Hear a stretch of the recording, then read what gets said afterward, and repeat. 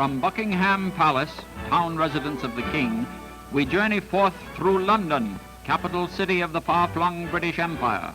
Guardsmen on sentry duty, as in centuries past, offer an ever-brilliant spectacle, the daily ceremony of changing the guard.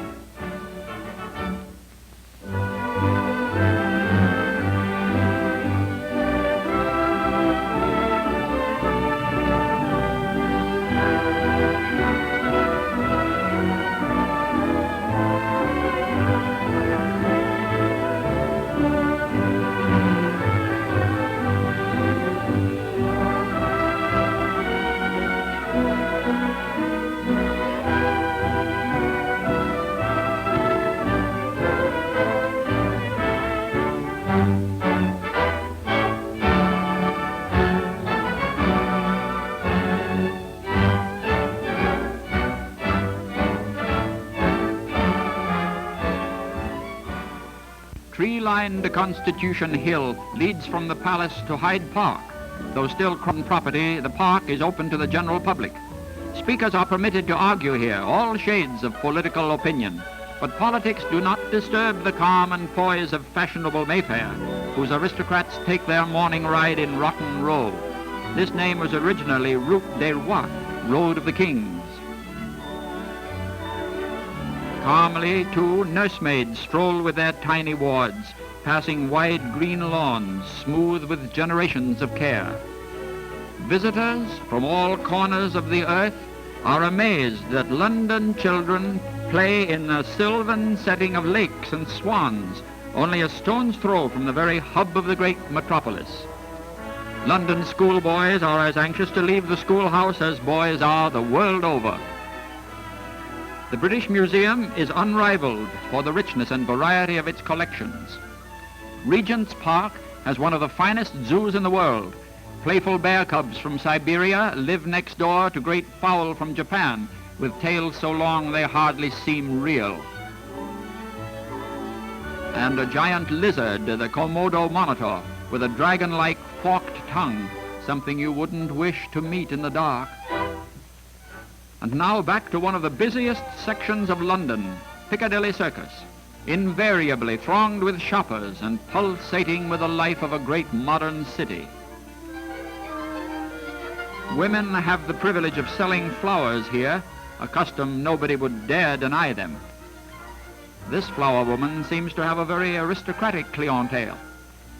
Trafalgar Square in the very heart of London, the National Gallery, the Church of St. Martin's in the field, and Nelson's Column, with 4 huge lions, Britain's symbols, crouching at the base.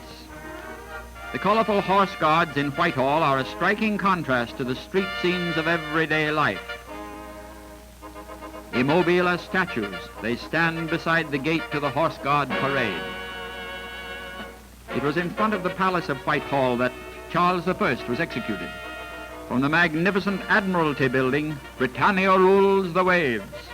Along a narrow cul-de-sac off Whitehall to number 10 Downing Street, the most celebrated address in the world, home of the Prime Minister of England, always an important figure in international affairs. In Whitehall, too, stands the cenotaph, a monument erected to the glorious dead. Each Armistice Day, before a vast throng, the King deposits a wreath in commemoration of those who gave their lives in the service of king and country during the World War.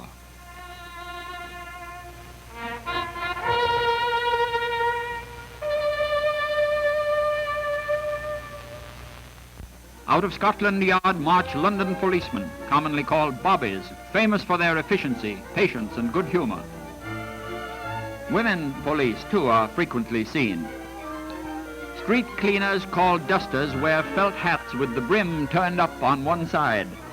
Some of the costermongers cover their clothing with pearl buttons for bank holidays and other gala occasions, hence the name Pearlies. On the left bank of the Thames, a river steeped in English history, stand the Houses of Parliament, heart of the empire. It is a richly decorated structure in the Tudor Gothic style, with high pointed spires and the famous clock, Big Ben. close by stands Westminster Abbey, where every English king has been crowned since William the Conqueror in 1066. A special service is held at the opening of the law courts in October, followed by the judges' procession, in which a costume of the 15th century is worn by the High Chancellor. Lambeth Palace, on the Surrey side of the river, is the London residence of the Archbishop of Canterbury. Sailboats, some used by fishermen, gracefully glide along the Thames. Graceful, too, is this other fisherman, diving for his dinner and getting it. A huge bronze statue of an Egyptian sphinx rests on the Victoria embankment. Here, pavement artists are permitted by tradition to display their work to the public. St. Paul's Cathedral rises from the top of Ludgate Hill. It was designed and built by Sir Christopher Wren after the Great Fire of 1666. The historic centre of London, now called the City, is but 1 mile square. Abounding in narrow streets and passages, it is the great financial district of today. The Bank of England has always typified strength and security.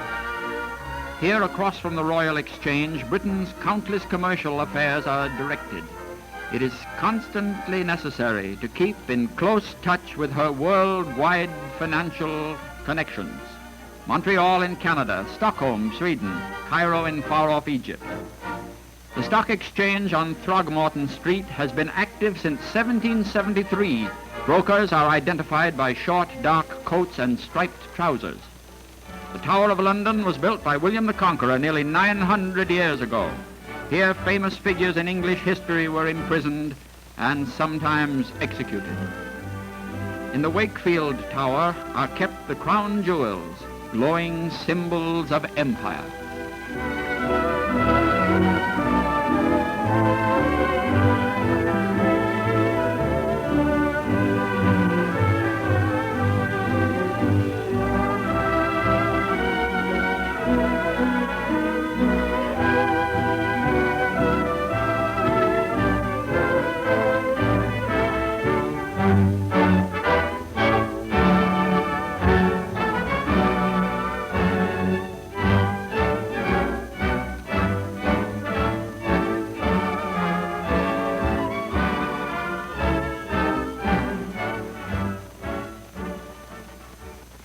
Despite the old nursery rhyme, London Bridge is not falling down. London is a great port with a river frontage of more than 70 miles and an import trade vaster than that of any other city in the world.